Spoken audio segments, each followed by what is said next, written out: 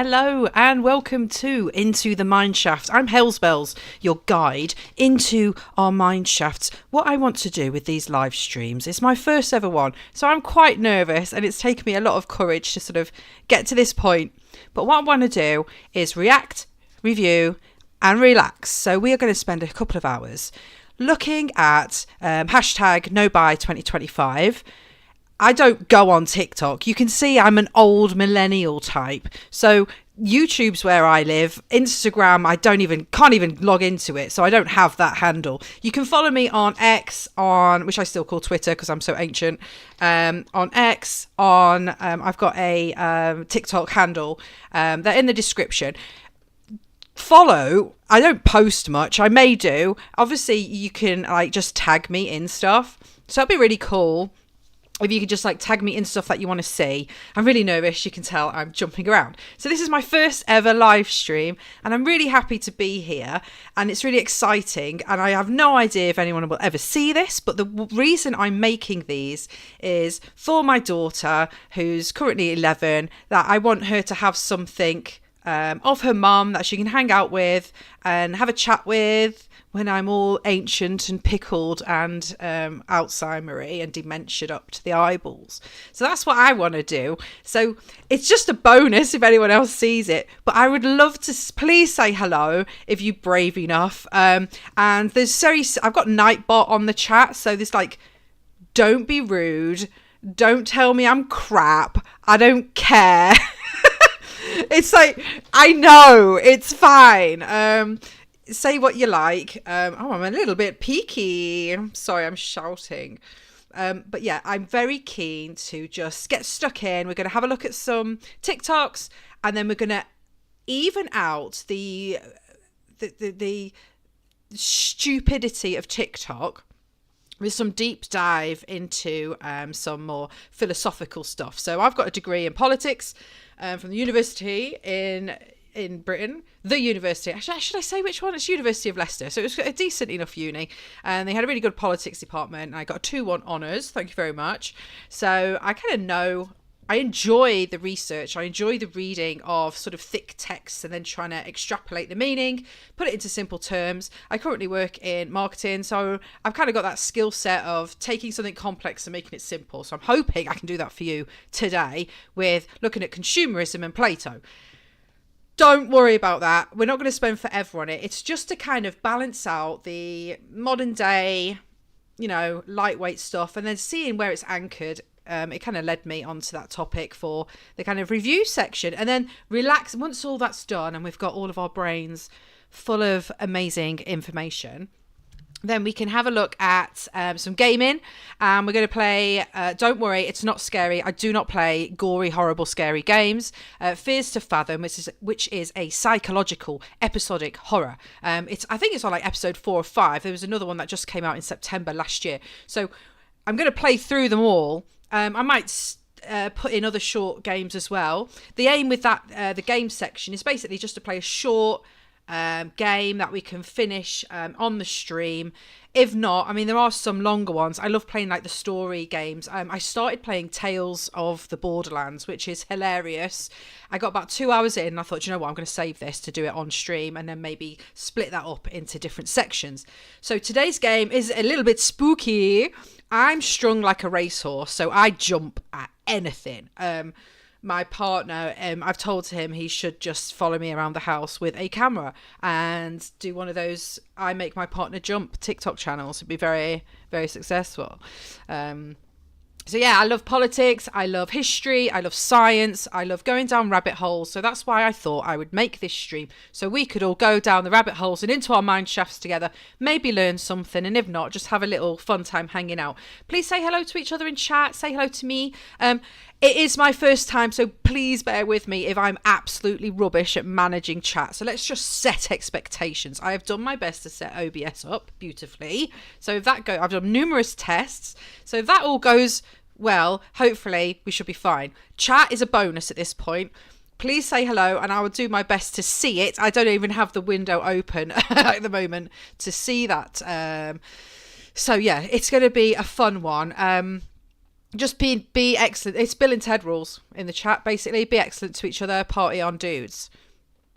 So, you know, just be nice. Don't be a prick. Yeah, there's the Nightbot moderators there just to like get rid of spam and stuff. So hopefully that will all go fine. So yeah, without further ado, let's just get on there. What we're going to do first is I've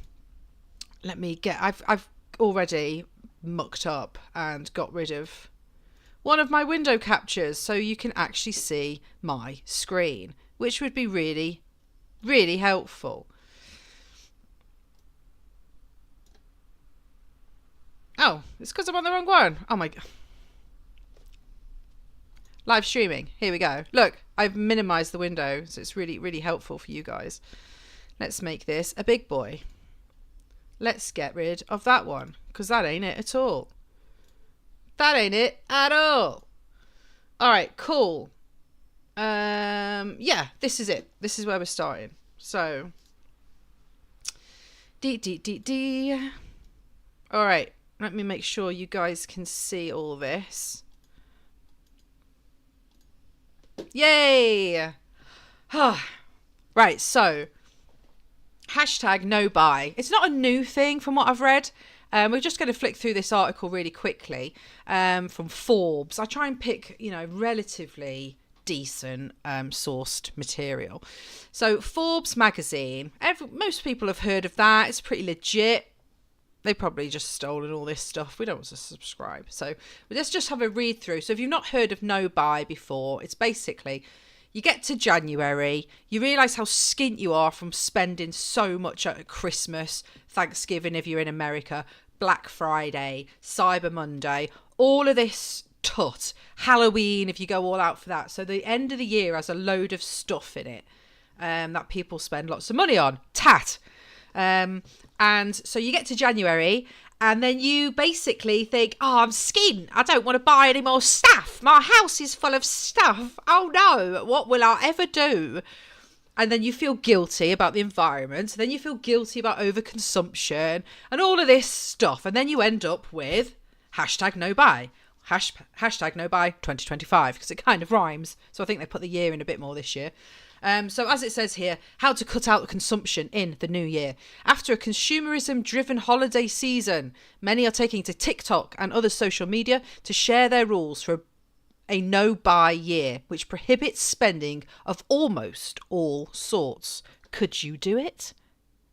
Well, let's ask that question. Could you do it? I mean, it depends what no buy. I mean, if it's no buying contact lens solution, well, that's just dumb. I'm going to buy that. If it's not buying, you know, fridge magnets, yeah, I could probably, yeah, I could do that. I could live without it. Okay, we've seen maximalist decor and we've seen traditional trad wife trends come and go across our feeds the past few years, but this one may be the most extreme, not buying anything at all. Well, there are a few exceptions, but could 2025 be a no-buy year?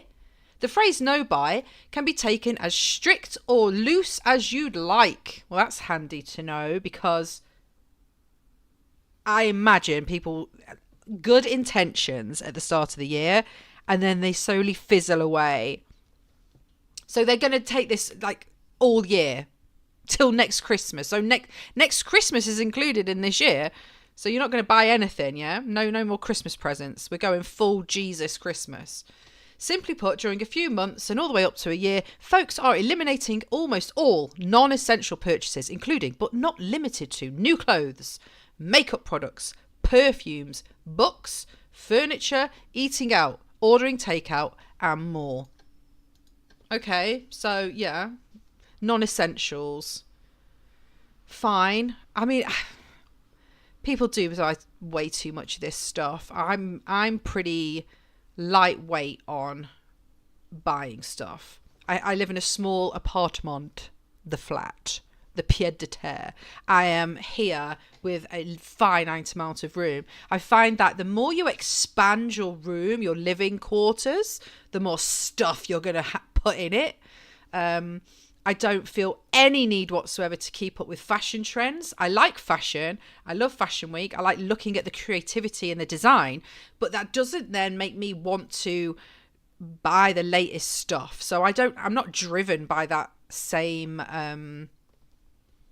by that kind of need to satisfy either mine or other people's expectations of what you should look and dress like, for a start. Makeup, very light touch. I'm scraping around the bottom of a mascara jar as we speak. So here we go. The trending challenge has popped up a few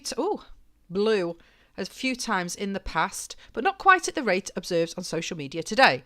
So this is why I wanted to look at it, because it's even entered my non-TikTok world. So this is perhaps as a response to the current inflation in the US.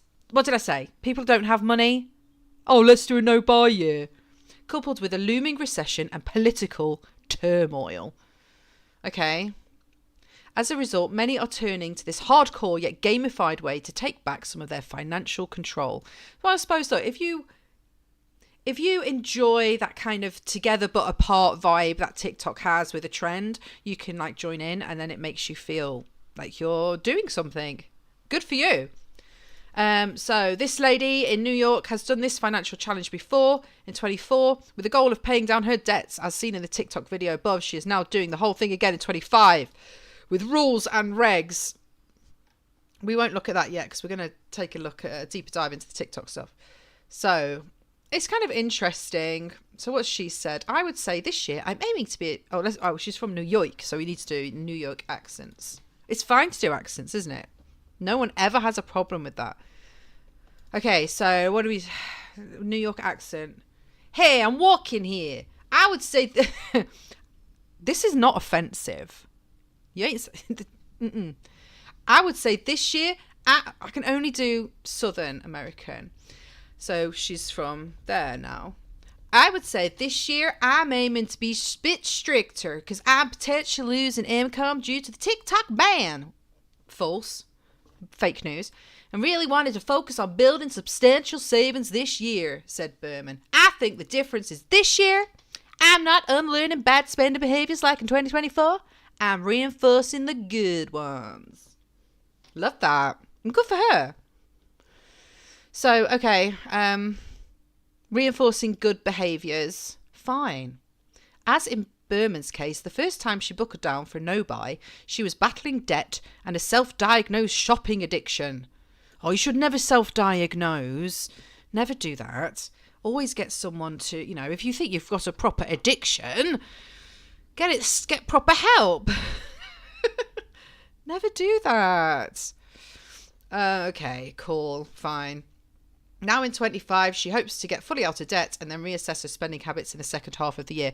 If you're in debt on credit cards because of this kind of spending, not because of like rent, utilities, council tax, medical, whatever, that's different. We're not talking about that. We're talking about makeup, shoes, books, cinema trips, things you can live without, the nice to haves, the luxury items, the non-essentials. If you're in debt because of those, that is a controllable debt. And I would do it's an awful place to be in.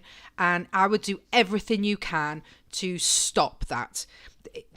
Don't be scared of the companies either. Like phone them up and say, dude, I'm in the hole here. What can you do for me? Because I can't pay this shit off. Sorry. They can probably like sort out. They can freeze interest. They can do all sorts of things. Try and transfer it onto a zero interest card for, a period of time. There's a lot of them out there. If you're in the UK, the old Martin Lewis money saving expert is just go and look on there and try and get some independent advice on what to do with your debt. I am not a financial advisor for the for the record, but try and don't be afraid to phone them up. I mean, that's what I did in my experience. So I've had overdrafts from university. I've had that took me years to get rid of because I kept paying them off and then spending it again. And then I had debt with I used a credit card once to pay off. I think it was to pay off that overdraft. but I made sure I got a 36-month zero interest credit card. And what that means, if you're not familiar, I wasn't. I had no credit rating because I paid cash for everything. But that one time I used a credit card, I made sure I got like a zero interest over 36 months, and that gave me a deadline to pay it in, basically. And I was lucky enough that I could get that. But it's scary. It can be very, very scary. And the problem with credit debt and store cards, awful. They try and push it on you. You pay on PayPal. They've got the Klarna thing, It's like, oh, pay over time, but you're going to get charged extra. So for the pleasure, be careful. And I think if you're in that kind of severe debt hole, then the no buy thing, you should already be doing that. It's just not a trend. That's a necessity for you to get out of a hole on your non-essentials, for sure. If you're not in that hole and you just want to do it for a bit of fun and see how you can cut back on your materialism, then that's fine. And kind of check for me, it's like, do I want it? Do I need it? I like having nothing in my house. And then I've got, I don't know if you can see behind me, my finger. All of these shelves here are covered in little men, little Marvel and different action figure men. My partner's. So I would happily live in a white box with a telly and a kettle and the internet, and he has an enormous collection of stuff. So there we go. Okay, some people think it's a bit extreme, but I think they just don't understand how stressful living with debt can be, said Berman. It's definitely hard, but life-changing, and after a while, it's really refreshing to get off the hamster wheel of constantly acquiring new stuff and being sold to. That's interesting. Advertisers and marketers and salespeople are very, very, very, very clever people, and it's I remember telling my child when she was a tiny kid, just so I didn't get nagged at, that whole pester power. I told her, like, when an advert would come up, in the middle of Peppa Pig or whatever, she would, so I didn't get that kind of mummy, I want that. I can't be dealing with that. I'm not listening to that. I would just say to her, what is an advert? That's an advert. And what are they trying to do? Take my money. So that's what we learnt. We learnt what adverts were. Little children time, so that you can build up this resistance to it and sort of let them wash without affecting you. They will still affect you if you watch adverts. They sit and your little monkey brain who wants the shiny thing will want it. But yeah, it's bad, man. If someone's in like debt about it and it's a self-diagnosed shopping addiction. I know I kind of skimmed over that. It was a bit light-hearted about it. But it's hard because you do get a kind of, you get that little endorphin buzz, that dopamine hit when you buy something new. I don't know if it's as strong online as it is when you go into a shop. That would be interesting to like actually measure someone's brain waves to see whether they get a bigger dopamine hit clicking Amazon versus going out and having that experience in a shop. Maybe we can do that. There we go. There's another stream. Write that down. I do actually have a shark notebook and pen from a Cornwall holiday last year. I holiday in Cornwall now. I'm that old. It's depressing. Here we go. So, brain monitor, endorphin, online versus in-person shop. I'll know exactly what that means later. Guarantee it. Not a problem. Never forgotten anything in my life. What are you talking about? Okay, so as with any game, there can be exceptions to rules and also ways to make this challenge more attainable in the real world. There are a few things that aren't able to be cut out, like rent, groceries, transportation to and from work, education, healthcare, and of course anything during an emergency situation. Covered that already. So if you have kids, I have one. Some other additions, maybe a few treats and toys. They don't need to suffer, right? And the same applies for those with pets, adding in their necessities plus treats and toys as well, just like the human kiddos. Don't get me started on fur babies. All right, Ali Bank has even weighed in, saying it like we're meant to know who that is. Pros and cons of the no buy challenge. Okay, this is cool, and some tips. So let's see what the tips before you rush off and don't buy any and just sit still and not buy anything. Set clear and accomplishable goals. 2, plan for the unexpected. Impossible. And 3, find free fun. Yeah, like if you've got a little kid going to the park, that's what they like the best. It's boring for an adult. Don't lie and pretend you love it. It's boring. But that is what little kids love the most. You don't need to spend tens of pounds to go to an indoor play centre, which is just germ. You're just paying to roll around and sit in other people's germs. It's disgusting. So yeah, if you've got a little kid, go to the park. That's free. If you've got an older kid, get a better internet contract, and then they're happy too. Berman set up her own rules in addition to the above, so that doing this challenge wouldn't have a serious impact on her social life or overall happiness. Get rid of your social life.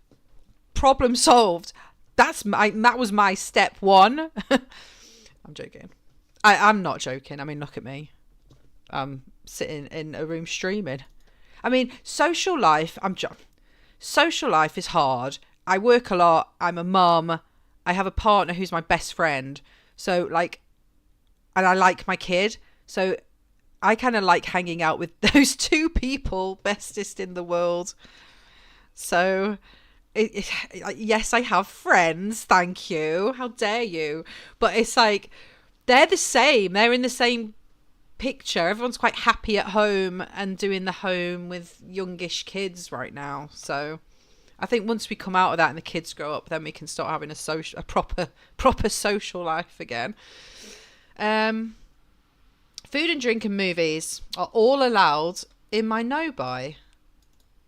I made a point not to restrict in that area.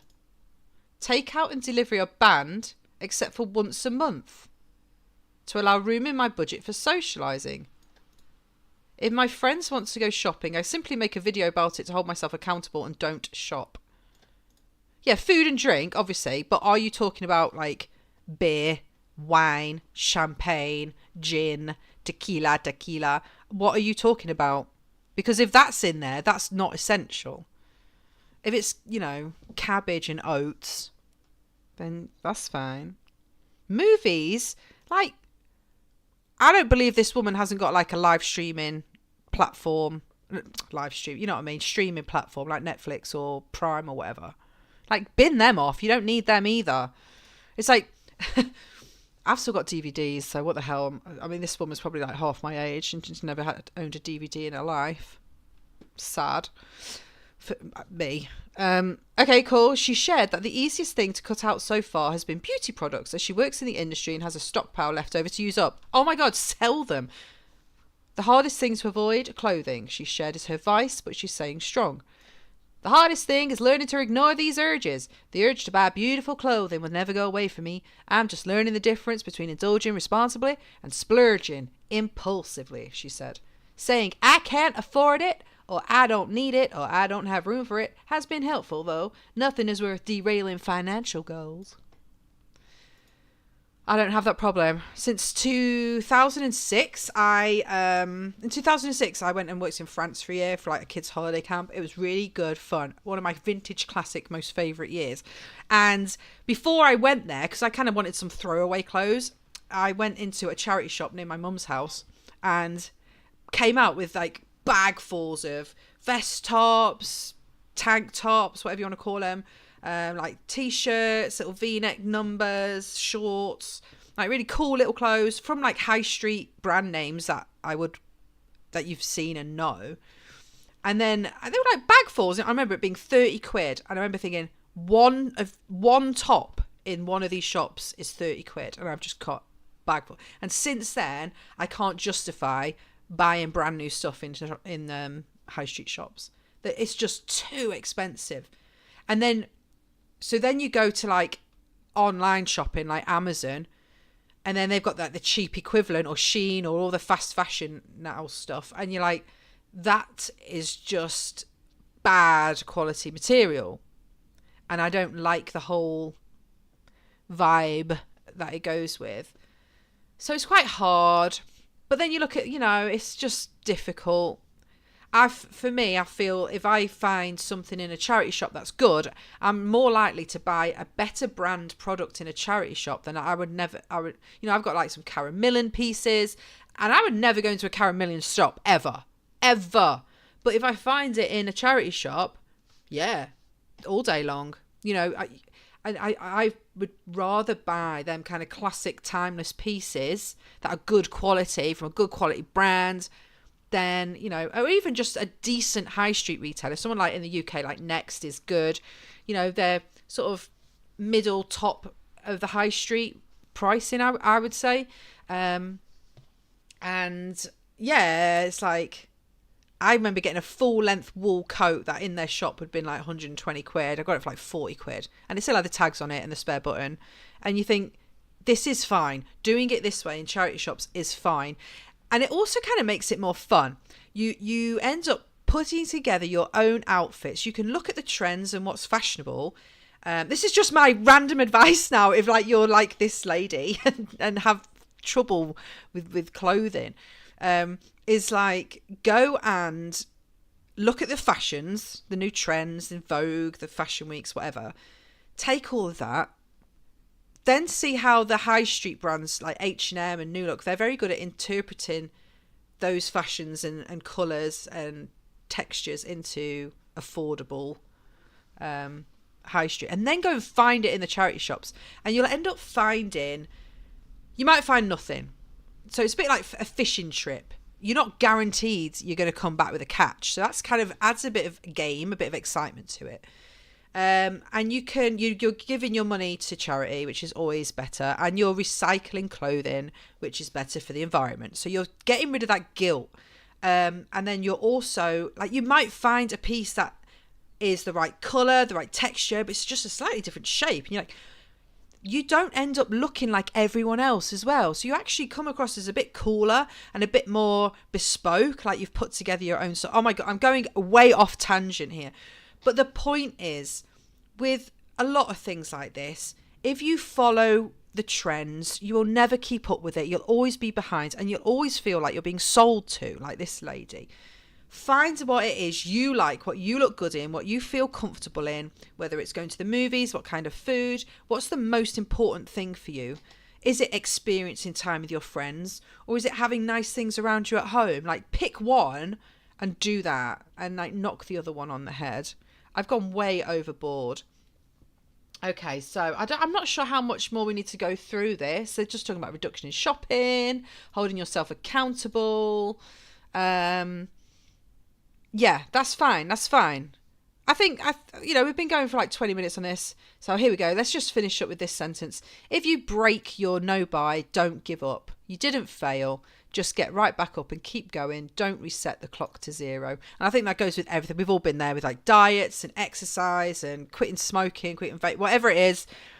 You have one little thing and I've had that one thing now. Throw it all out. Start again. And you don't need to do that. So just don't let it bother you if you do slip up and buy something. I mean, if you've got credit cards and you're in that much debt, cut them up. Just cut them up and then start paying it off and transfer it somewhere else. Okay, so we've had a read of a Forbes article. So now I thought, you're looking at someone who doesn't go on TikTok. So I thought we would look at some TikToks about this wonderful trend. This is my profile, so you can come and follow me on here. I don't post anything. But I'd like you to tag me and stuff. That'd be really cool. So I can like pick up some trends. Oh my God, I'm yawning. That's so bad. I didn't go to sleep till like 3:30 last night. I was watching. What was I watching on my phone? Oh my gosh, that was the worst thing anyone could ever give me, is a phone and access to the internet late at night. What was I watching? I can't even remember. I was just doom scrolling shorts, I think. So here we go. Let's have a look at some of these. So I've got the hashtag nobuy 2025. And we are going to look at just some of these. Just watch some of these TikToks. I'm going to keep it. There's no space in my closet, but I'm going to shove it in there. Aesthetic. I am aesthetic. I mean, I'm sure there's somebody out here right now who's going into Pinterest trying to... I'm a shopaholic who has 5 figures of credit card debt, so I'm doing a year of no-buy. Once again, I broke my no-buy. This time I bought 3 things. I originally started with a 60-day no-buy. I broke it after 20 days, the day TikTok went dark, and then knew it. She has 5-figure debt on credit cards. Oh God, actually makes me feel ill. I feel for her. I feel for you, girl. I'm gonna keep it. There's no space in my closet, but picture. I knew immediately I shouldn't have done that because as soon as I take a picture of something, I'll search for it for hours. I found the exact one she was wearing after 30 minutes, but I chose to get this one with the red collar and the contrasting red back. Here's my friend wearing it, and this is the one that I got off eBay for $36. After I washed it, Do you remember doing that as a kid? I remember I remember one of my, like, at school, if you get the same top as your mate, is that all right where you're from? Because when you're a little girl, it's not okay. People fall out about that. I remember when I was little, my little friend group, one got a Little Miss Sunshine t-shirt, and then my other friend said, "Oh, I really like that t-shirt. It's really cute. Where did you get it?" Next weekend, she's wearing one as well. And yeah, they were just like, they fell out so bad over that. The fact they're wearing the same thing. My daughter had it recently with hairstyles. She like literally puts her hair in a ponytail, and her friend said, got really stroppy with her for copying her hairdo. I'm like, dude, it is like down or ponytail. Anyway, but this lady's happily just like, "I love your jacket. I'm going to find the exact same one." Like, that's fine when you're older. Just has to borrow it. Side pockets start to peel and fall apart, which was not a fun situation for my laundry machine. Additionally, Why did you put it in the laundry? Places that were not advertised on the listing. Oh my god! I think it's pretty safe to say the previous she got it second owner hand. of this jacket was not a clothing hoarder from Brooklyn who loved... See, that's the thing. When I buy from charity shops, I'm going in there myself, and then I can decide the quality of it. I've got friends and stuff who use like the Vinted apps, and you know, I give up using eBay. I just can't be bothered with it. But like, I would, if I'm buying second hand, I would much rather go in and handle it. I mean, we are very lucky in the UK because literally every town's high street is charity shops. Yeah, little towns. So ours has got like a load in it, and you can get rid of your stuff as well. So like you saw her wardrobe, her closet or whatever was like rammed full of nice gear. It's like, if she doesn't want it, just get rid of it. Like, are you hoarding it? Do you enjoy having the stuff, or do you like buying the stuff? Because if it's the experience of buying and receiving and having that little reward structure, then you don't actually want the gear. You might as well donate it and let someone else use it and have more room to put the stuff in that you've bought. But it's a shame that she's obviously bought this. It looks really cute, and it's just knackered. And probably use this jacket for its intended purpose of fishing, camping, and outdoor activities. I'm gonna keep it. There's no space in my closet, but I'm gonna shove it in there. Okay, cool. If I was preparing to do a no-buy for the first time, this is exactly what I would do. If you're new here, I'm Hannah. I'm a former broke shopaholic here to help you stop spending all your money on clothes. Very quiet, Hannah. Number 1, I would write down all my big life goals that cost money. Things like having a wedding, buying a... Life goals. Having a wedding. How many of you have that as your life goal? I don't have having a wedding as a life goal. Because that's not having a happy marriage. That's having a wedding. That's, I want the Pinterest. All the Pinterest boards of weddings with Hesse. They all look the same, right? This is weddings. Every person's Pinterest wedding board looks like this. Right? Are you ready? Softly lit, fairy lit marquee background, blurred, with close-up photo of a kind of rustic bench seating with a kind of runner up the middle on a off-white tablecloth. A runner up the middle, and on it is like all the twiggly wiggly floral displays, but not twee old school floral, rustique, chic rustique, with candle holders with hessian wrapped round them. Yeah, rose gold touches, floaty wedding dress vibes. They're all identical. And this is what makes me laugh. People want to do all this stuff and it's like, you're all the same. Everyone's having the same. I don't understand why everyone wants the same experience. And they look at it and they go, I want that. I'm going to make a Pinterest board. Mine's going to be really different. It's the same. Do you have hessian around your candles and rose gold? It's the same. Not a happy marriage. Not a happy partnership. A wedding. A home, having kids, saving money for retirement. These will be the guiding light of motivation that will help you. Saving money for retirement, that's a pension. That just comes out of your wage. So if you're paid monthly, your employer, in the UK at least, takes it out of your wage, stashes it for you. Buy. Number 2, I would start telling myself over and over that I am fully capable and deserving of having those things. You are not a broke shopaholic destined to be broke and unhappy. You are a confident and strategic spender who can have anything you want if you just commit to getting there. Negative self-talk is not welcome here. Yeah, that's fair. That's fair. Reprogramming your self-talk.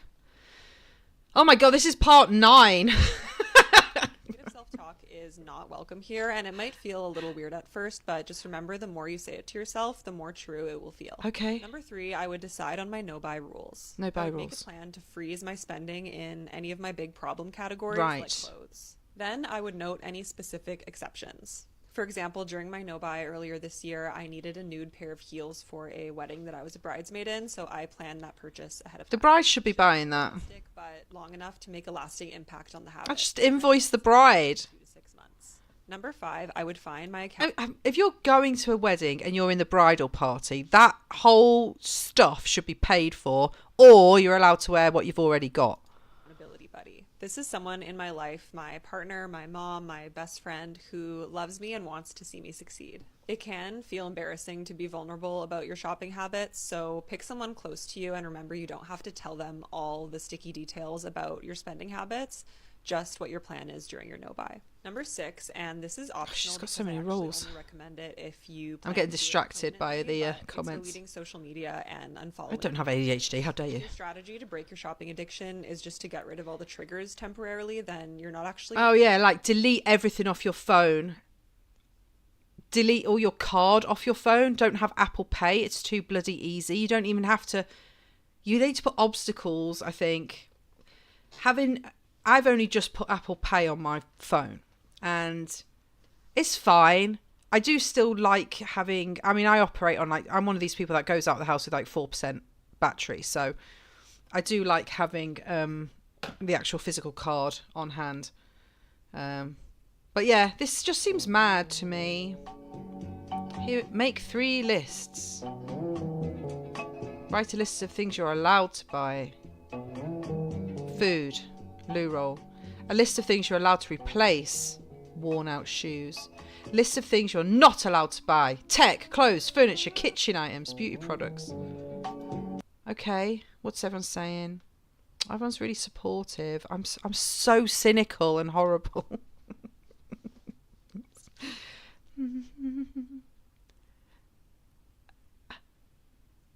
Everyone's list is different. If I want something, I give it 30 days. If I still want it, and then I get it. That's a good tip. Yeah, $8 coffees. Yes. Kids' toys, kids' clothing. Oh my God, that's not an issue. I don't have these problems. Your small purchases are keeping you broke. As a recovering shopping addict, I've conditioned my Oh, it's that same lady. Here's some reasons why you should start preparing yourself for a low buy or a no buy Okay. in 2025. Tell me. Coming from a minimalist who did a low buy in 2024. Okay. You will notice such a difference in your mental health. Yes. When you have less things, your mind is subconsciously less cluttered. This is what I'm talking about. Living. Oh, don't give her a weird pause face. That's weird. Yeah, like that's why I like living in a white box. You can clean it in one hit. You can look around, everything's beautifully lit, and, you know, there's a few key pieces. I love that. How many times you want to tell yourself this stuff brings you joy, you love to have it Have the around. important little sentimental Take things. a picture of it, and you can have it in your memory if it's something cute that you like and you enjoy looking at. You Fair. don't need to own it. It's just a cute thing. You don't need to own it. Another thing is it is so much less to clean. Yes. Less items. Sorry. You don't need to clean as much. Shouting. It's a very simple concept, but like it makes sense. You have less to clean, you have more time for other things, and it also makes cleaning fun when you don't have to clean things that you don't want to clean. Next is you will notice such a big difference in your savings and your wealth. Yeah. If you stop dipping into your money, like I've worked full time, and I earn a decent enough number, but even then it's like, after everything is paid, and nothing gets cheaper, everything always gets more expensive. After everything is paid and I've put away some for saving, you're left with quite a little bit. And I can't afford, even with what I'm on, which I think is a decent enough salary in the UK. It's like, it's still, I'm still at the edge of it every month, you know? Scary. I am so sick of contributing to overconsumption in America. Okay. So here's my no-buy list for 2025. The first thing, I will not be buying any new beauty, skincare, hair care items at all unless I completely run out of my things. Yeah, 100%. Don't do that. I could show you the amount of makeup, skincare, and hair care items that I have, y'all would be literally shocked. I don't need it all and I'm not using it. So why am I continuing? The trick I have is I have a small container and it's all in there. Like, the smaller the box you have to keep the things, and then you've got to be really brutal and just have those key pieces that you need. Not masses and reams of this stuff. Just sell it. Give it away. No coffee shops, okay? I'm not going to Starbucks. I'm not going to District Donuts anymore. We're done. Unless I'm with... See, what we did is, because we do like to pop into Costa and get a little coffee now and again. Do you want a little... Should we get a coffee, love? Yeah. Get a little Costa. Yeah. And we do that. And then it's like... But we put 200 quid... We chip in 100 quid each. There's two of us. 100 quid in the pot. And that, for the month, that's our, like, entertainment, socialising money. So some months... I think last month we spent 100 quid. We went out for a meal, the three of us. So it's like... That works well enough. And then... Next month we'll still put 200 in, but we've got the 100 left from last month, so it all rolls over, and then at some point you're gonna have a load of cash just sitting about that you can reinvest or whatever. So that's the idea with that, you know. And it just makes it easier, because then you think, okay, we want to go out, well, what's in the box? Nothing. Well, tough, wait till payday. Friend. Me and Kat like to go get a little coffee on a Saturday every once in a while, not all the time. No new clothes. I am not buying new clothes. I have tons of clothes in my closet, but I am subscribed to the Newly box, and you get to pick 6 items, I think, for $100 a month, which has really helped me not buy any clothes. But let me know if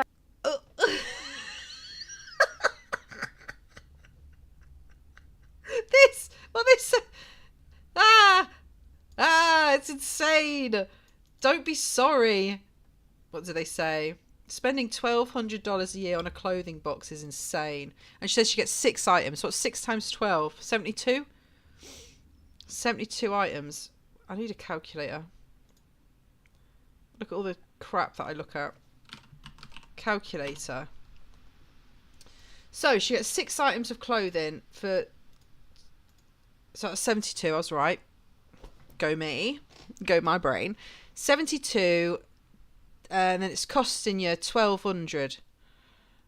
So how much does each item cost? So $1,200 divided by 72 items is $16 an item.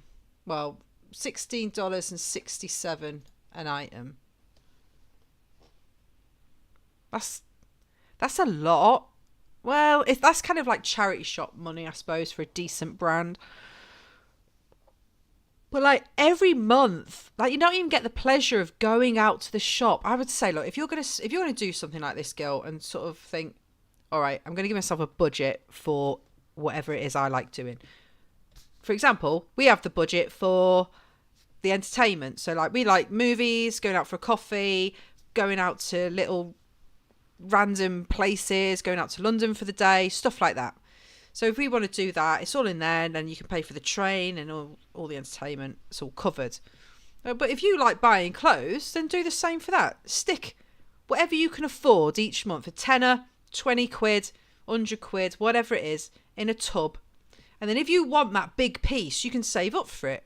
Or you can dip into that. And I tell you what, when it's cash and it's sat there and you're like this little golem hoarding your precious thing, you do not want to spend it as much. When it's physical gold, it makes it a lot more difficult to spend. So that would be my recommendation. If you are going to set yourself a budget for like nobuy and allocate a little pot of money to allow you to spend on certain things, take it out of the bank, put it in cash, get it in coin. Get gold coins. Get a pot of gold coins like a leprechaun underneath your bed and cover it like the ass you're not meant to in the Bible. And you will not want to spend it as much. And also, a lot of people, you can't spend it online because it's cash.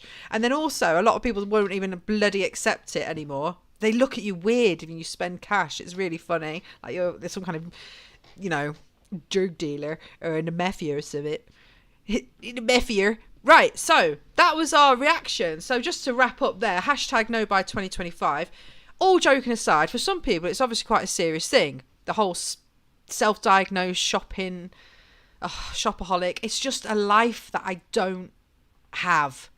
And I feel for people that feel the pressure they're putting on themselves to just spend. And I think therapy...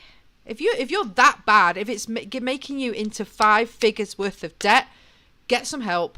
Talk to someone properly about it, because there's some joy that your brain is firing off on when you're doing this that you could probably replace with something else and get it in a more healthy way that isn't going to put you in a hole, because that sucks. For anyone who's not in a hole and just wants to like cut down on their random spending on tut and declutter their lives and all that, I think it's not a bad thing. It's funny, like some of them who say like they're going to do all this stuff, but then they're also spending $100 a month on clothes. No, just don't do it. I promise you've got enough clothes, and yeah, you just don't need to do it. So that was our lovely fun time look at the reactions. Now we're going to have a look at, we are going so far to the other end of the brain spectrum now. So this part of Into the Mindshaft is our review, where we're going to review some more in-depth topics. So shake off the TikToks, okay, because that's gone now. The fun time looking at the nice ladies on TikTok has gone. Now it's just you and me and a screen with a lot of words on it. I do have a video as well. And then after that, we're going to play a game. So just bear with it. I'm going to look at my time. So we're an hour in already. So I'm going to try and keep this to 20 minutes. And then if people like this, I can extend it out in future ones. But because we looked at nobuy, that made me think about consumerism and what that looks like and what that means and what causes it. And then also, because I believe that people don't change, technology changes, I wanted to go right back to philosophy, the godfathers of philosophy, Socrates, Plato, all that, and have a look at those guys and what they were doing and how any of their stuff relates to consumerism today. So that's what we're going to look at now. I found this, what do you call it? Article. Jesus. I've got this little trick. You might want to use it as well. So like, see this guy's page. It's quite, there's a lot on it. It's quite distracting. There's pictures I don't care about. I'm going to put Readify.me / in front of the URL. And then it takes it and just strips it all out and puts it into text. So that's what we're looking at now. So here, we're going to see how many of the 10 reasons for consumerism we can link back to what the ladies were talking about, and also maybe how we feel as well. So how globalization affects consumerism is, I don't think that's the one we wanted. Is that the one we wanted? Yes. So globalization affects consumerism by introducing new ways of shopping and engaging with brands worldwide, changing how we buy products. So globalization is, we don't live in a little village anymore where, oh my God, I just spat. That's disgusting. At least you can't feel it the other side of the camera. We live in, when you used to live in a little village and you would maybe buy the things in your village, or maybe to the next village along, you would trade with, or there might be a market that everyone took their cattle to, traded, went back home. Globalization means the global village, you can buy things from China and they get shipped to your door in, a week or so, depending where you get it from. So it's like that. It's all about globalization. Just means smaller world. We're all each other's neighbours. You can buy anything off anyone, and that has changed how we buy things. So instead of just being able to buy the stuff in your local shop, you can now sit at home on your sofa online and buy something from the other side of the world. As countries connect more, the global market expands, shaping consumer behaviour in many ways. So they go down some positive impacts, which you can see here, which I don't want to go on to too much because I want to skip to, I'll leave it on screen so you can just have a quick scan. But yeah, basically more options and more competition amongst the different companies, they're saying there. So with competition, there's more choice and often lower prices for consumers. It doesn't say anything about quality, however, here. Maybe it will later on. But what I'm really interested in this article are, what are the 10 reasons, according to this article, that causes consumerism? And it'll be very interesting to see how many of those we recognise from those ladies. If you... okay, so we've got the access to a wide range of products, increased competition, influence of global cultures on... oh, I'm on the wrong article. Just ignore me. Oh, scrap that. I was being an idiot. Okay, fine. Overconsumption. So these, here we go. I was in the wrong article. Please accept my apologies. Look, I've prepped so hard and now it's all gone tits up. So, causes of consumerism. They've got these 10 here. We can already see this bottom one, being a shopaholic, is something that those ladies were talking about. Overconsumption, competitive lifestyle, feeling of isolation. That's interesting. Effective marketing strategies. Availability of goods or having too many choices, materialistic possession, over-dependence on tech, fashion trends, standards of living, being a shopaholic. So they're the 10 causes of consumerism that this article looks at.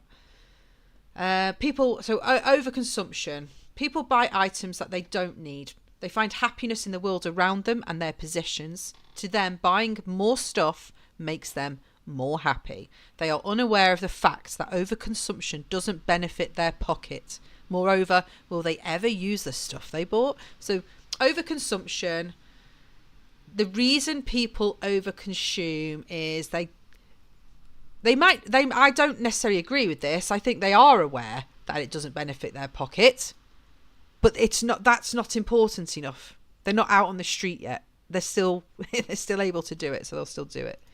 So the second one, competitive lifestyle. Oh, keeping up the Joneses. If my neighbour has it, well, why shouldn't I?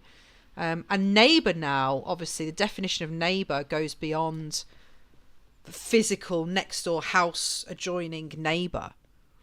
Or, the guys across the road with a new Range Rover. Neighbour is now all the people on your Instagram and Pinterests. They're your new neighbours. And there's millions of them. And half of them are lying. And you're trying to keep up with something that doesn't even exist. Years ago, before that, when your neighbour was your physical neighbour, at least you could see they had the new Land Rover, and you could see the wife had the boob job, and you could see he had the hair plugs done and the fake tan. Now, with filters, and you can hire a private jet room to pretend you're in, and you can green screen yourself in places, and you can do all of these things. The competitor you're competing with, and they're probably, some of them now, not even real people, they're bots. So you're competing with neighbors that are potentially false idols. They're not real. They're it's a game you will never win. They try and collect everything they can to compete. The feeling of isolation. So this was an interesting one to me. We all experience loneliness, sadness and boredom at times. When these emotions hit, most people tend to go shopping. As a result, we frequently purchase unnecessary items to satisfy our moods and emotions. Unless it creates any trouble for us, we must know how to handle it. So this one's interesting. Boredom, yeah, like this is like, you might shop or you might eat. Some people eat because of these things. You sort of, the mood of the moment takes over, and you release that through a dopamine hit of food, of shopping, could be gambling, very bad, or other things like that. So that's it. That's an interesting one. Effective marketing strategies. Nowadays, the company makes oh my God, I can't say that word. Advertisements. Ads. The company makes advertisements. Advertisements. What is it? Does it matter? The company makes ads for products that they can attract their customers. Through effective marketing, they compel the market to create demand and keep their prices low to compete. Yeah. So this is like dance monkey dance to your little bit of monkey brain that wants the shiny thing, and look how cheap it is. Availability, or having too many choices. People have money and they want to spend it. So this is the whole burning a hole. This money's burning a hole in my pocket. That's something my mum used to say to me all the time. So when you have money, you want to spend it, and it's hard to invest it and watch it grow over the many years, because you're here now and you're told to live in the moment, which is a very hard thing to do. And then you finally crack that and you're not thinking about future you, who may or may not even exist. And then it's really difficult, because now you're stuck. Now you're stuck spending your money on stuff you don't need. Materialistic possession. Number 6. Generally, wealth and possessions are considered determinants of success. So this kind of goes back to that other one of competitive lifestyle. So little symbols of the luxury life, feeling worthless if we don't have them. So that kind of, for me, goes hand in hand with that competitive neighbour, or digital neighbour. Maybe that's a new term. New term. Write down the words. You heard it here first. Digital neighbour. I wrote a thesis on that. Lovely. Okay, we've got that. Over dependence on tech. Furthermore, one of the reasons for rising consumerism is the desire for new and improved technology. Technology has become a fundamental part of our lives, allowing us to live comfortably. It causes people to become technologically addicted. As a result, they desire frequently updated gadgets. So that's like, I would also throw credit cards in there, like the technology, the financial technologies that have created credit as a way of operating. For me, that is the most important tech over dependence that people have. Like we saw those ladies in the TikToks who were 5-figure debts because of spending on unnecessary items, because they had the materialistic possession. They wanted to feel successful. They have the money on the credit card, so hey, let's spend it. So that psychological thing, that, do the credit card companies and marketing people know that? Of course they do. Of course they do. They're psychologists. They study human behavior and then they work out how they can get that monkey brain to buy the shiny product. And for me, the technology, it's not, I think here more, they're more like where they say frequently updated gadgets, that's screaming like the latest Apple iPhone when your current one works perfectly fine. But I think that's what they're alluding to in this article. However, for me, the credit system, that technology that encapsulates our entire world. And even if you opt out of it, well, don't try and then get a phone contract. No, you must have the crappy pay as you go. Right, fashion trends. Fashion is volatile, ever changing, dynamic, whatever. Spending more money will keep us up to date with ongoing trends. Therefore, it's just another reason for people to buy unnecessary things. Yeah, so keeping up with trends, bad. And fashion, that means like clothing, as well as home decor, as well as car, as well as the latest phone, whatever it is, that visible symbols of success and comfort, standards of living. A healthy standard of living is demanded. However, this does not have an accurate definition. Consumers, you and I, people who buy and consume goods, misinterpret this as getting pricey items to retain status.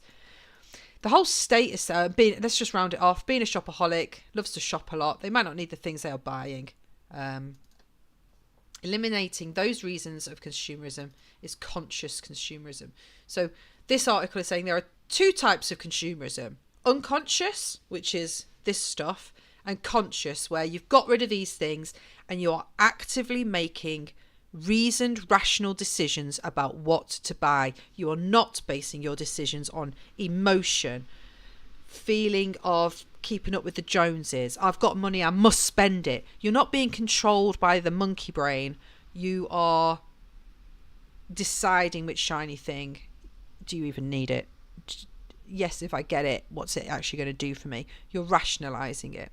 So I thought, that's a lot of words and talking. So I thought what we'd do now is just quickly, if I can, have a look at a quick video.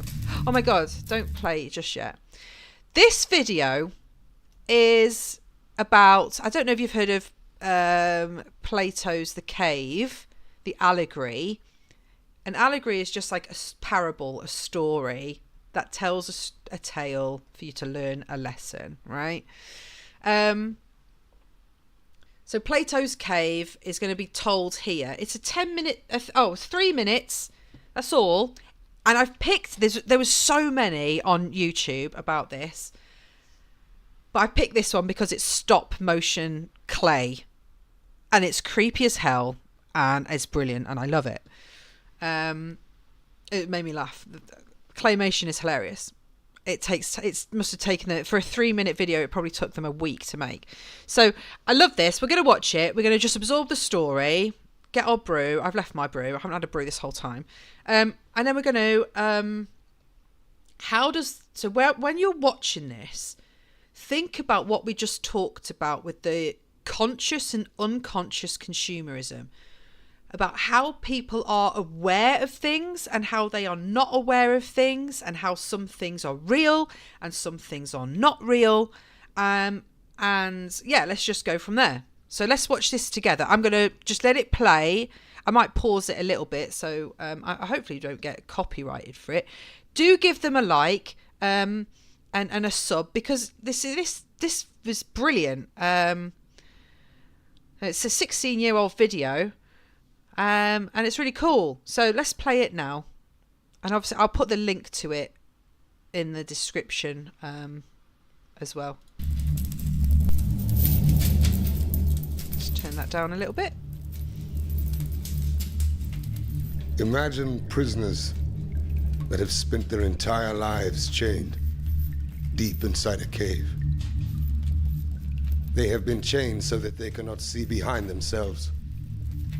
And they are forced to stare endlessly at the cave wall in front of them. Behind them, a fire is burning. And between the prisoners and the fire is a raised walkway. Now imagine that each day, a menagerie of objects crosses the walkway. I mean, how creepy is that already? I love it. So you've got prisoners chained up. So this isn't real, don't worry. but we've got prisoners chained up and they are facing a wall and there's a light behind them. So all they're going to see of these people walking over this bridge are shadows. Animals. And people carrying their wares to market. Oh no, I've pressed a terrible Their thing. shapes create an intricate shadow play on the Oh no, oh no. This Sorry. is the only world that the prisoners Sorry, have ever guys. known. Oh my gosh. Let me just turn that off for you.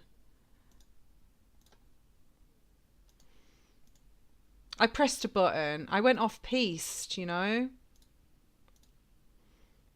So we got a minute in. Let me do that again. I'm really sorry.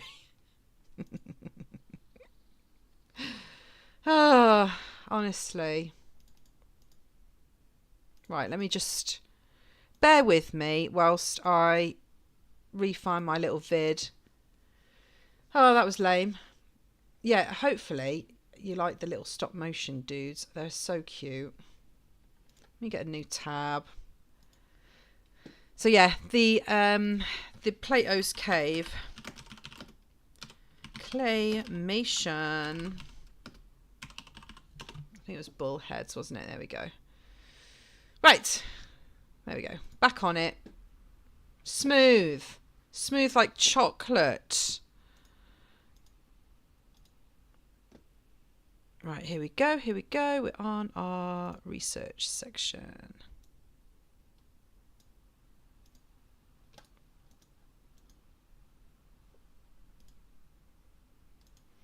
Okay. There we go. Sound on. Try not to... Oh, I pressed too many buttons because I'm a button presser. Imagine prisoners that have spent their entire lives chained deep inside a cave. They have been chained so that they cannot see behind themselves. And they are forced to stare endlessly at the cave wall in front of them. Behind them, a fire is burning. And between the prisoners and the fire is a raised walkway. Now imagine that each day, a menagerie of objects crosses the walkway. What is that object? Is it a camel? Do you think this little dude's a camel? So yeah, prisoners chained up, fire. Animals. Here we go. And people carrying their wares to market. Cute. Their shapes create an intricate shadow play on the wall in front of the prisoners. This is the only world that the prisoners have ever known. The shadows. Love that guy. Look at his little chops. It's such good animation. Shut up, Helen. And the echo. Oh yeah, my name's Helen, by the way. I don't think I even said that at the start. That's hilarious. Now, imagine that the prisoner is released.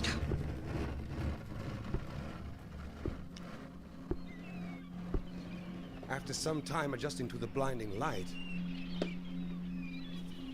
the freed prisoner will begin to experience the world outside of the cave for the very first time, baby. So, prisoners in a cave, all they see is the shadows of the different shapes of the real world. So they see the fake and the real world's passing behind them. One escapes, excuse me, old man burps, and then goes outside. And it is like nothing he could have ever imagined.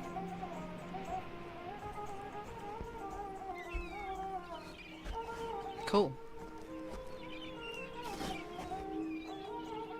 There's hats. With his new perception of the world, the man will of course want to return to his friends to share his incredible discoveries. But the prisoners cannot recognize their old friend. He appears as all things do. His voice is a distorted echo, and his body is a grotesque shadow. That's terrifying. this is why I picked this one, because it's creepy as hell and the claymation is just on form. Did you ever watch Jason and the Argonauts, the Ray Harryhausen stop motion film? Watch it. It is frightening. As a kid, those skeletons, oh, they're all like creaky and like jolty as they move, and I hate it.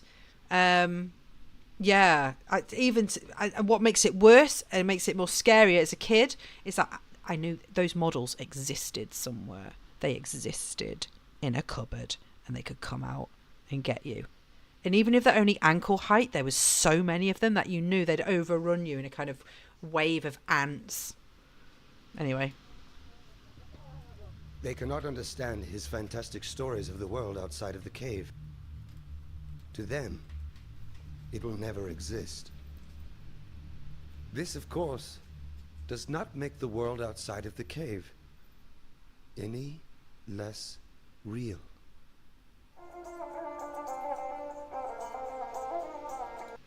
Okay, so, and what do we learn from that? So Plato's Cave is a story that he used to show how people will believe what they see, even if it's not real. And even when someone sees reality, comes back with the news of what reality is, they're still unable, they're unable to turn around and see and listen to the truth. Now, we're not talking religious stuff here. Not that truth. None of that. None of that. We don't do that here. This is about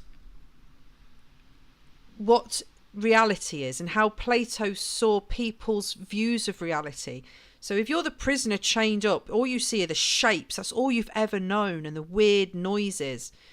And when you're taken out of that cave, he went back in because he wanted to share. He wanted to say, dudes, there's camels and hats and sand and this big burny hot thing in the sky, and oh my God, when I put my foot in the ground, I can feel like different feelings. And then there was this little rat guy.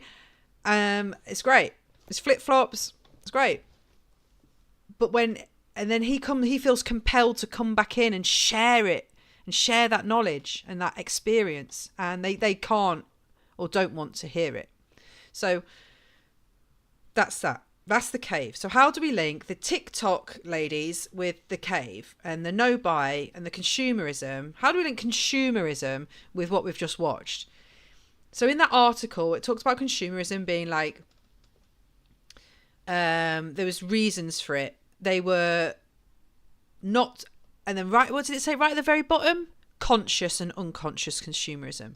So all of those reasons we looked at, being a shopaholic, materialistic possessions, reacting to your feelings, whether you're bored or sad or lonely or whatever, all unconscious, reactionary, unreal, shadow reasons that consumerism exists. So you could say that the cave, Plato's cave story that he tells, those ladies are the equivalent of the people tied up in the chains. They, I suppose, maybe before they've made that pledge to do the no-buy. So whilst you're in the throes of your consumerism, you're spending, you're buying, you're doing the things, and you're getting the buzz, and you're keeping up with the Joneses, and you're spending the money that's burning a hole in your pocket. Whilst all of that is happening, you are an unconscious consumer. You are the prisoner, tied up in the cave, watching the shadows, feeling the warmth of the fire on your back, and listening to the strange sounds and watching the strange shapes dance across your screen. The screen is the cave wall now, I feel. Yeah, I think that's how I would link it. So I would say that when if you're unconsciously consuming, we're going to write this down because this is good. This is gold. If you're an unconscious consumer, you equal the prisoner in Plato's cave. You are watching the shadows dance across the wall that is your phone. That's poetic as hell, and I shall be writing that down and using it in a blog. Shadows dance across the wall of your phone. Always write stuff down manually. Look at me just telling you what to do. Oh, Jesus. Sorry. I'm very bossy and I never take my own advice. So the phone is now the wall. When you're the unconscious consumer, just buying all the stuff, reacting to your monkey desires, you're the prisoner. How do you break free from that? Well, hashtag nobuy 2025. Let's make these pledges. Let's put these rules in place. Let's walk outside this goddamn cave. Touch grass, as they like to say. Smell the coffee. And have a little look and see, do I really need this shit? Do I need to buy this stuff? Why do I keep giving my hard-earned money to these people who have effective marketing strategies that I'm letting manipulate the monkey in my mind that wants a silver coin now? And then we come back and we tell our friends this. And our friends don't want to know. And that's something that's quite interesting. Like when I read a little bit more about this, and I've got an article. I'm just concerned of time. We seem to be okay. We're just coming up to the half hour on this topic. So we will wrap it up shortly. We have an article which is, let me just get it up and then I can share it with you. So this article, now this is where we go a little bit...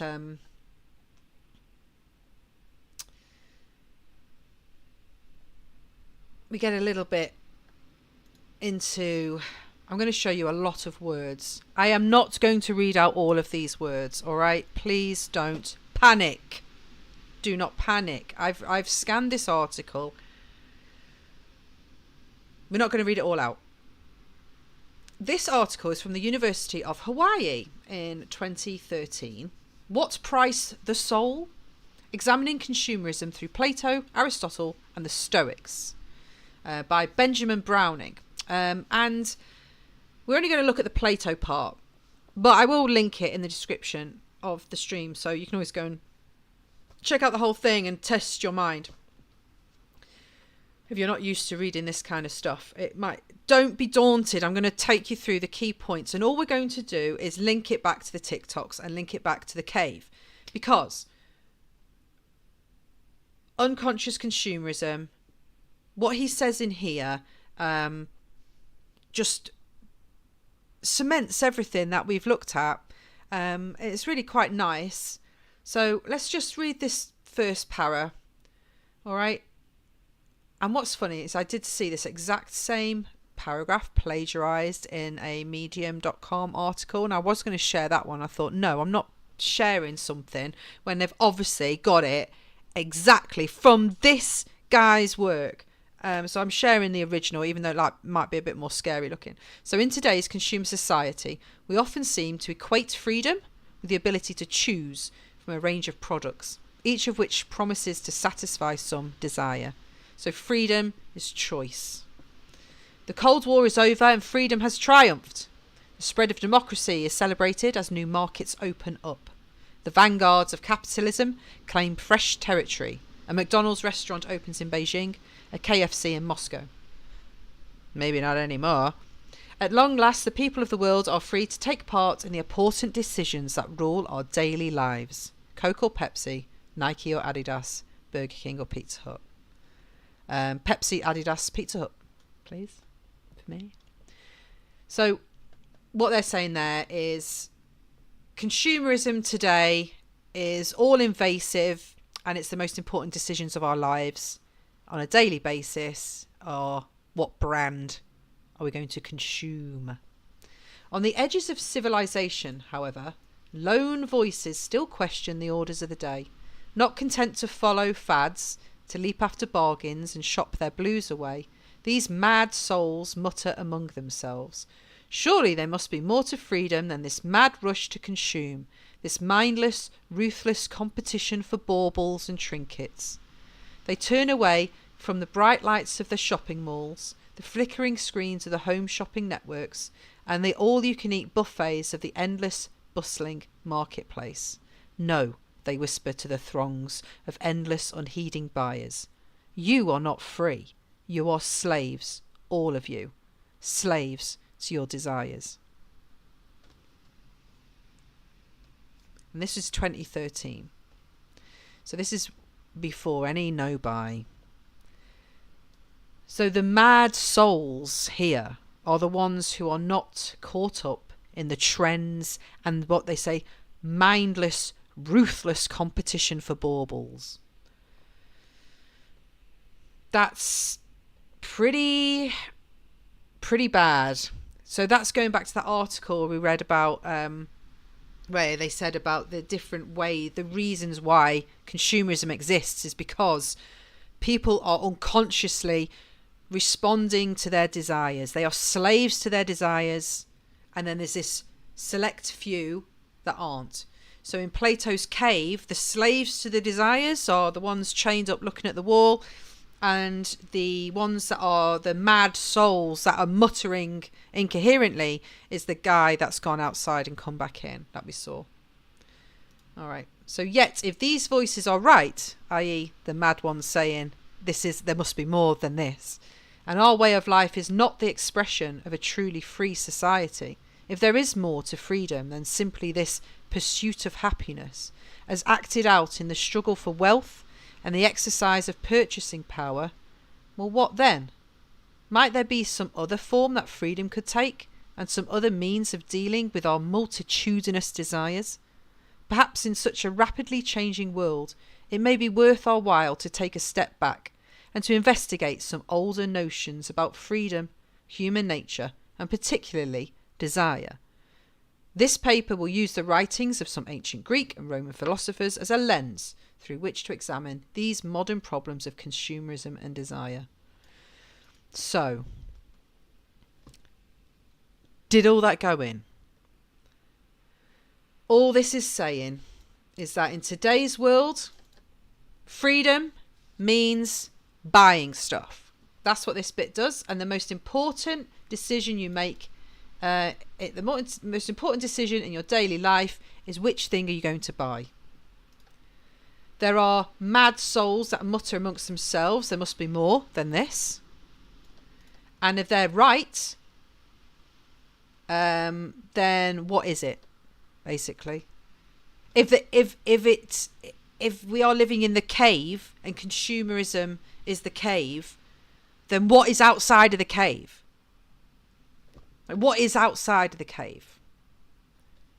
So that's where we're going. I'm going to read a little bit more, and then we're gonna stop. There's lots in here. I could, if you want, let me know, and we'll read the whole thing on another stream. But I just wanted to kind of test the waters and see how this sort of stuff went across, because I like deep diving into this stuff, and I also like the inanity and lightweight vibe of a TikTok. Even though what they talk about is pretty deep, you know, it all links into this. So the factions of the soul. In the Republic, which is a book that one of Plato's most famous works, don't worry about it, Plato seeks to uncover the true nature of the human soul, that he might know what makes us virtuous or just. Plato describes the soul as being composed of three parts or elements: reason, appetite, and spirit. The reason is the element in the soul with which it calculates. So reason is like your rational, your thinking part. The appetite is that with which it feels passion, hungers, thirsts, and is stirred by other appetites, I think. Well, the spirited element is the one with which we feel anger. Okay, so you've got your rational part, your anger part, and then your appetites.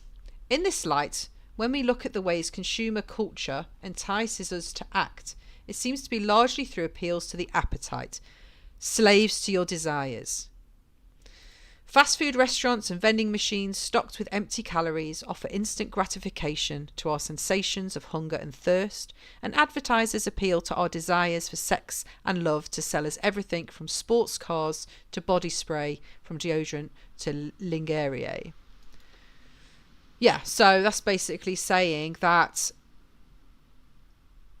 modern day consumerism and marketing appeals to the appetite third of Plato's soul. Plato describes an internal struggle between these elements for control of our souls and therefore our behaviour. The word thence.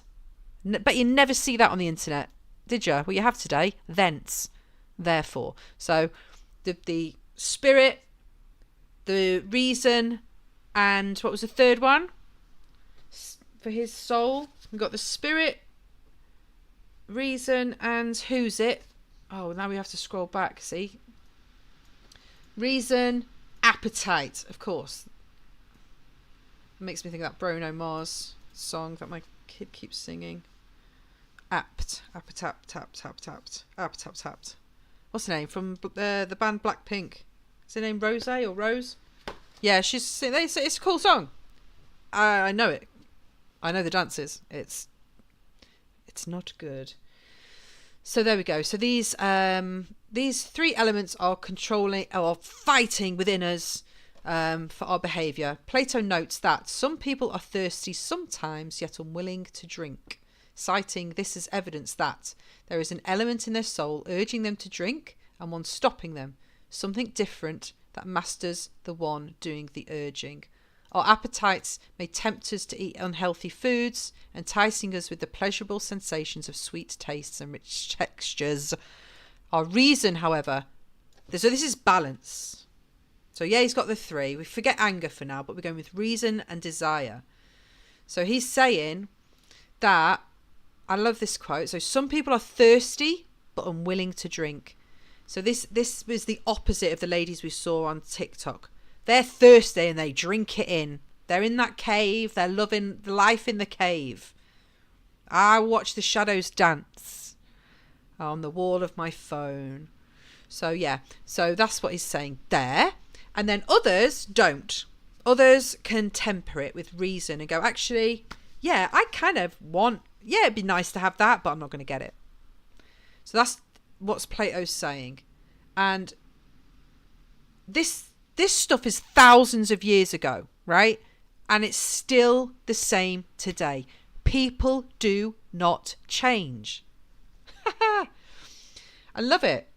It makes me unafraid to die, because the tech will change and the art, and language might change, but people, relationships, desires, always the same. Plato sees the proper role of the spirit as giving assistance to reason, helping it overcome our appetites. He notes that when appetite forces someone contrary to his rational calculation, he reproaches himself and feels anger at the thing in what he is doing. So, do you know what that is? Buyer's remorse. Plato's talking about buyer's remorse. So when the appetite forces someone against his better judgment, so like the ladies putting more on the credit card for that other jacket that's going to fall apart in the washing machine, but you've just got to have it because your appetite is forcing you to do it. Your reason isn't there saying no. And then when you've done it, your anger kicks in and goes, oh, God's sake, why have I done this again? You beat yourself up. And it's a horrible cycle.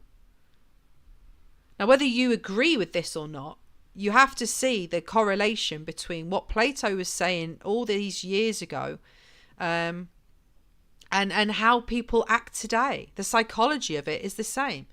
They go on to say here, thus our feelings of guilt when we succumb to the temptation to indulge in junk food or to purchase luxuries we can't afford can be seen as manifestations of the spirited element in our souls. Although the reason is calculating and unemotional, we sometimes experience our emotions, exhorting us to heed the conclusions of reason. So that's saying what I've just said there. So like the appetite to want the thing is strong. It's like a dog pulling on a leash, and your reason is the leash holding it back. It's unemotional. It's just a string. And you at the other end, you're the angry guy or girl holding on to it. they're the three parts of Plato's soul. That's how I would see it. And I think for me, that's a good way to remember it. The appetites of the dog, pulling, frothing at the mouth, wanting their thing, wanting to spend all the money and satisfy those desires, be a slave to that desire. The leash is the reason. Just, nope, we're not going to do it. Unemotional. And then you've got the angry guy at the end going, bloody hell, and getting all angry about it. And feeling what the opposite of the result of the pull of the appetite. So that would be my little summary. And I'm going to leave it there because it goes on to talk about all sorts. I find it an easy enough to read document. I'll just scroll through it because then, if anyone wants to pause and they can read through it themselves, please feel free. But yeah, that's that portion. So let's do a quick recap. So Plato's Cave is consumerism, if we look at it like that. And I think it's interesting to put those ladies in that cave off the nobuy TikToks, the self-proclaimed shopaholics, and say, look dudes, you're chained up watching these shadows dance and none of it's real. Like, go outside, touch grass and find something else that is not consuming stuff. The dog is, put the leash on the dog, rein it in, and don't be a slave to your desires. I get it, it's hard. And maybe that goes to addiction. For any addiction is you know it's wrong, you feel bad when you do it, but for some reason, the lead in between the anger at yourself doing it and doing it with being a slave to the desire, it's missing that leash. It's missing the strength of a good, strong, short leash to keep everything under wraps. And I think that's something we can all work on. We all have it. It's the hardest thing to do, is to rein in your appetites and your gratification and wanting it now, and this makes me happy and I'm going to press buy and I'm going to do it. And maybe some people don't even think about it that much and it's just happening at them. I think the more you are conscious and the more you can do to make a list and put obstacles in your way, use cash instead of digital pays off your phones and stuff like that, make it harder for you to spend your money. All these little things take you one step closer outside of the cave. That's what I think. Okay. Right. I have an appointment today at 1:00, which is really annoying because I wanted to do the whole stream, but I don't want to rush the game. So I don't know what to do with the game. I can play for like 45 minutes, but then I've got a hard stop and I've got to go, which is really frustrating. We could play for a bit and then we can just stop and see how we get on. Yeah, maybe we'll just do that and then we can always pick it back up. So I'm just going to close down my windows. Joe, that was fun. I was a little bit worried about what to do and everything, but it was good fun. So we're going to get Steam up. I'll just have a little look at this, make sure everything's on. So I've not played this and it's a spooky game. So I am spookied out. I jump easy. I'm just going to set myself a little alarm because I'm really sorry. I do have a horrible hard stop. I'm really annoyed with myself. And actually, the people did bring it forward, so it's not really my fault. Somebody else's fault. I'm going to just set that for 12:45. I'm actually going to the gym. Joining the gym again. Because, you have to. Right, that's that. Happy days. Now we're going to get on with our game. So I just want to make sure that we can see this, because the last thing I want is, right, there's our thing. It's running. You can see all the weird games that I like to play. I can hear it, so that's good.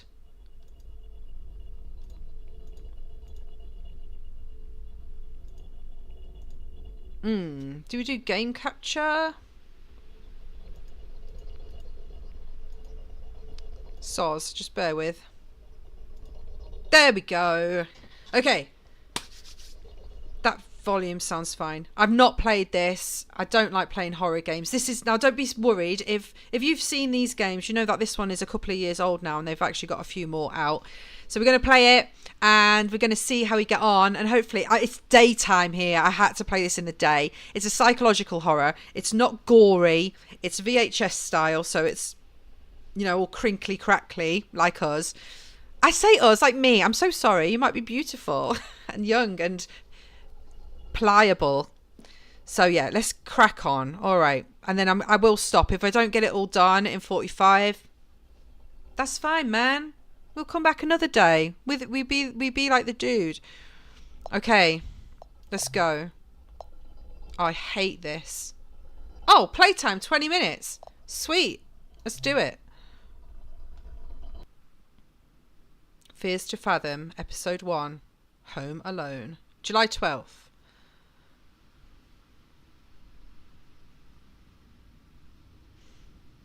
I didn't want to put this up on Reddit just for it to be called a piece of fiction. I don't even know where to start. Excuse my lack of good storytelling skills. I hate this already. I feel sick. I never play scary games. I guess I'll just start. It's the sounds. Like when you hear knocking, I always think it's real. It was the middle of the summer. My parents had left for that weekend due to a work trip, which meant I was all by myself for the weekend. Party! Also, I feel like I do have to mention that my sleep schedule was really messed up around this time. I would sleep and get up at just about any time of the day. Though I did plan on fixing that. Yeah, man, don't live in the cave. Get out, touch grass.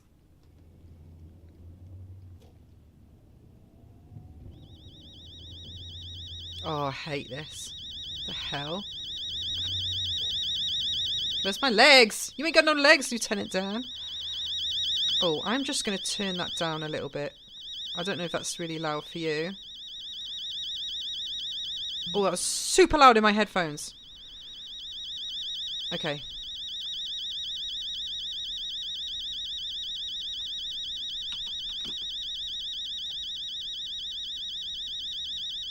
Alright, what do I do? What do I do? I get up?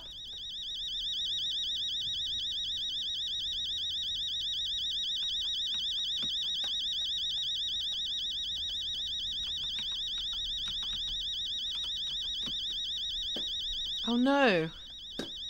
Oh God. I woke up around 8 after a nap. Sorry. I didn't see that. Oh, right. Always check if you can sprint, because that's the worst. Oh God, I can crouch. I hate this already. This was the worst idea. What's this? What's this? I did have homework that night, but I was too hungry to do it right after waking up. Car. Am I a lefty? IRL and in game? Any lefties out there? Let me know. Can I turn that on? No. Good.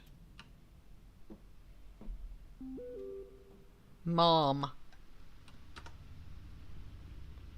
Dad and I may be back by Sunday evening. Why are you being so paranoid? Mom, I'm 14. I think I'm going to take a little nap. Probably going to order some pizza. Yes. No need to order anything. Already made you lasagna. Check the fridge. What's this other one? How's Chem? Yeah, crap. I totally forgot. Probably going to do... Oh, Chem.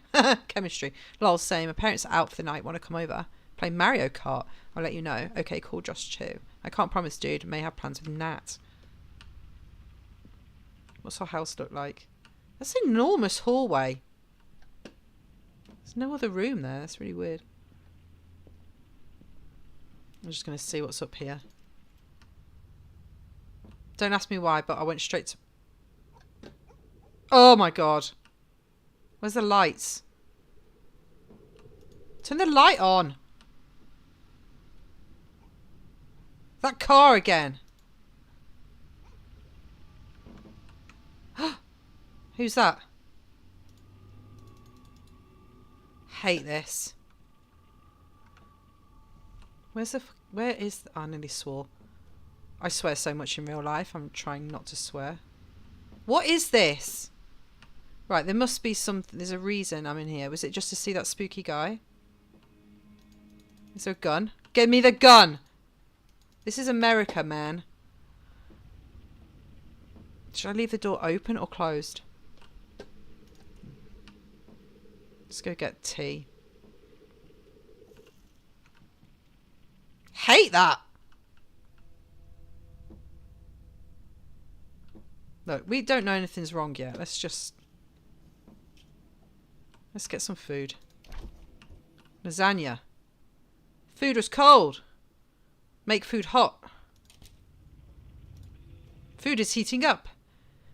Chalky pick.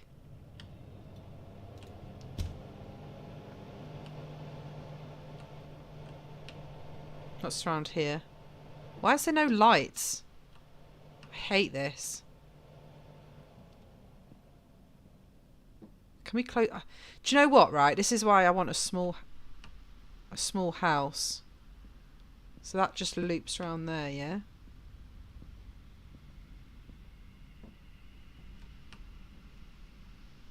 Well, that's horrible.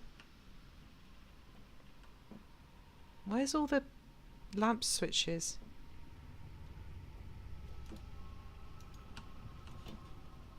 I like watching TV while I eat. Who doesn't? How annoying is it before... Why would I want to throw it?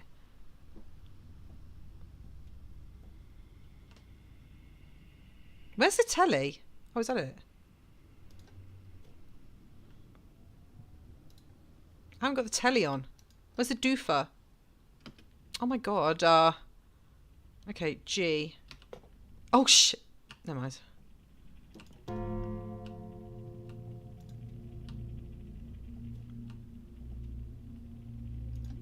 There we go. Num num num.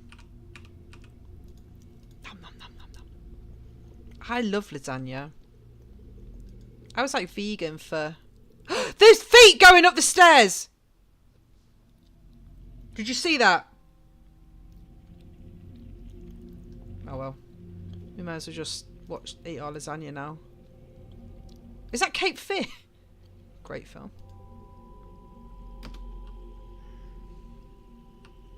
Right, let's go lob this in the kitchen. The guy went up the stairs, man.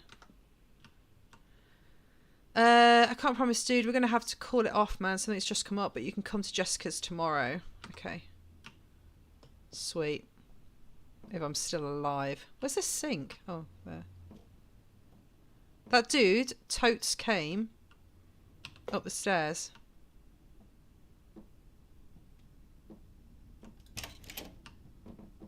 Oh, why don't we just leave?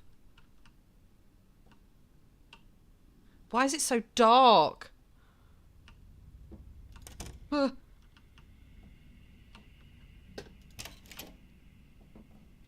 feel like we might as well just... Oh, sleepy, so that means go to bed. I don't want to go to bed. There's someone up there.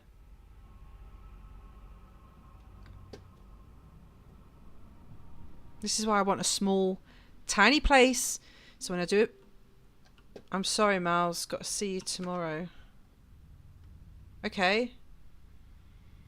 Yeah. Go to bed. So none of these light switches work. So I've got my chemistry to do, yeah? We're going to do that and then...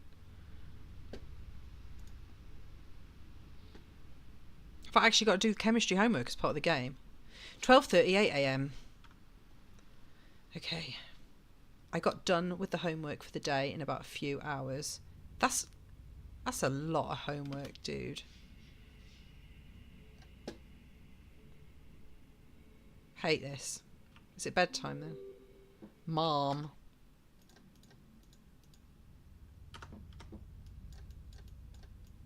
Oh, what am I doing? There we go. Don't stay up too late, you kids. I shouldn't get to hear from Mrs. Paula this time. Oh, was she a nosy neighbour? Always check, like, can you hide? I always close my door before going to bed. I'm just accepting the fact that something is going to scare the crud out of me. Do you curtains? Oh, there's no point looking out for scary guys because I saw him go upstairs.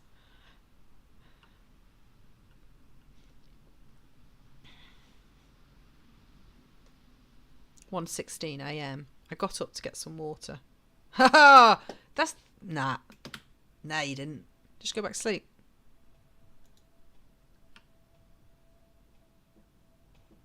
What's that? I can hear a clock. Do you know what? I'm not even going to try and, like, be clever about this. Put more lights on. It's like, if something's going to get me, it's going to get me. If I die, I die. Where are the lights? The hell? Did I, like, not find a torch?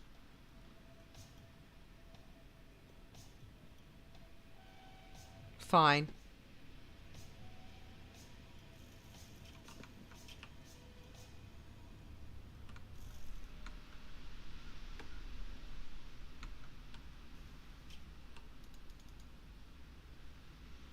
Where is my glass? Is that a cup? What's this? Remember cup. Cup? What is that? Is that a spoon? Maybe... Oh, maybe they got Bustles water. Of course they do.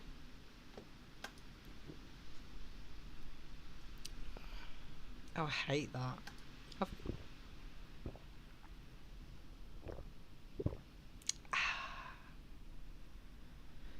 Okay. Yeet.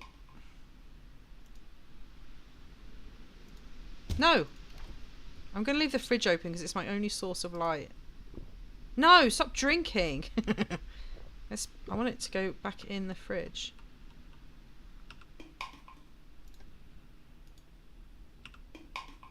Jesus. Alright, fine. We'll deal with that. That's a tomorrow problem.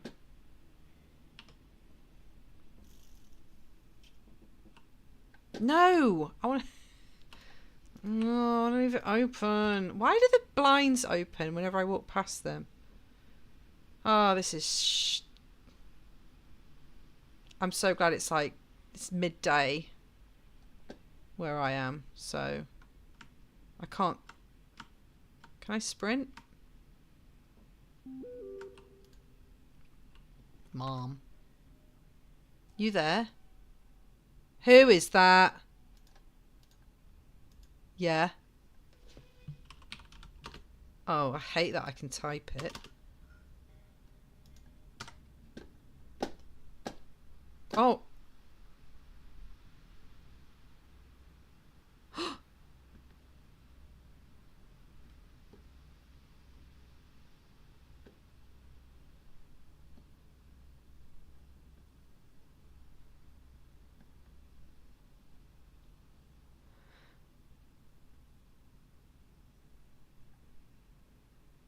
We live here now.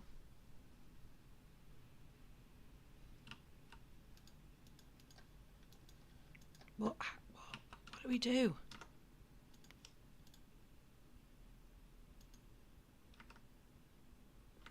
Do we have to reply to her? Who's that at the door? I don't know who's that at the door. How do you have a picture of our house from that angle?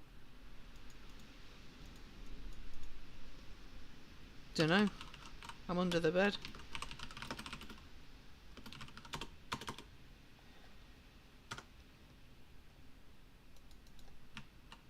Hate it.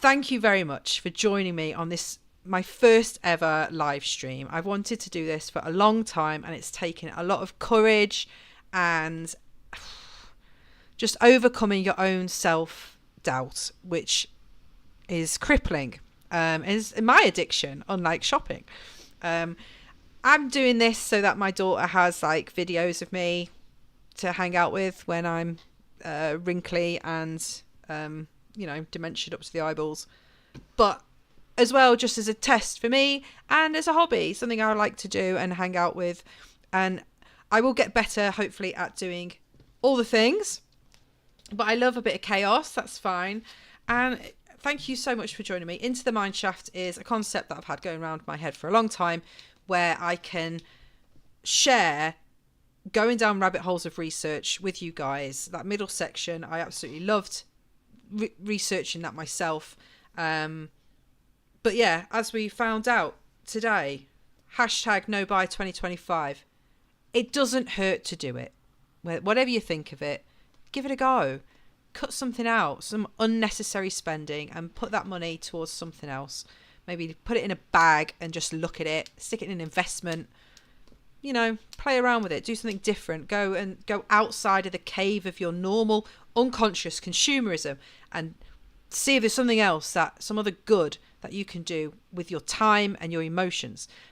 See if you can strengthen that, the dog, the leash, and the angry owner of your desires, the reason, and the spirit of Plato's soul. And then, play some scary games. Well, thank you so much for joining me. My name's Helen, and I am Into the Mindshaft. And follow me on X. Tag me in things on TikTok that you want me to take a look at. Please comment. Tell me, what you liked, what other things you'd like to see. Share it, like it, do all the things. I will be putting these out as separate videos, I believe. I want to do that so that I can sort of have them as separate vids and see how each one does. That's the kind of plan. And then we can maybe do some longer ones. If people want to do more gameplay, we can do more of that. If they want to do more of the research side, the review side, let me know. But it's been an absolute pleasure, and I've really enjoyed this, and I'm going to go and have a cup of tea and go and keep my appointment on time, which for me is a very special achievement. So thank you very much. Take care and have a wonderful day, and I'll see you hopefully in the next one. Goodbye.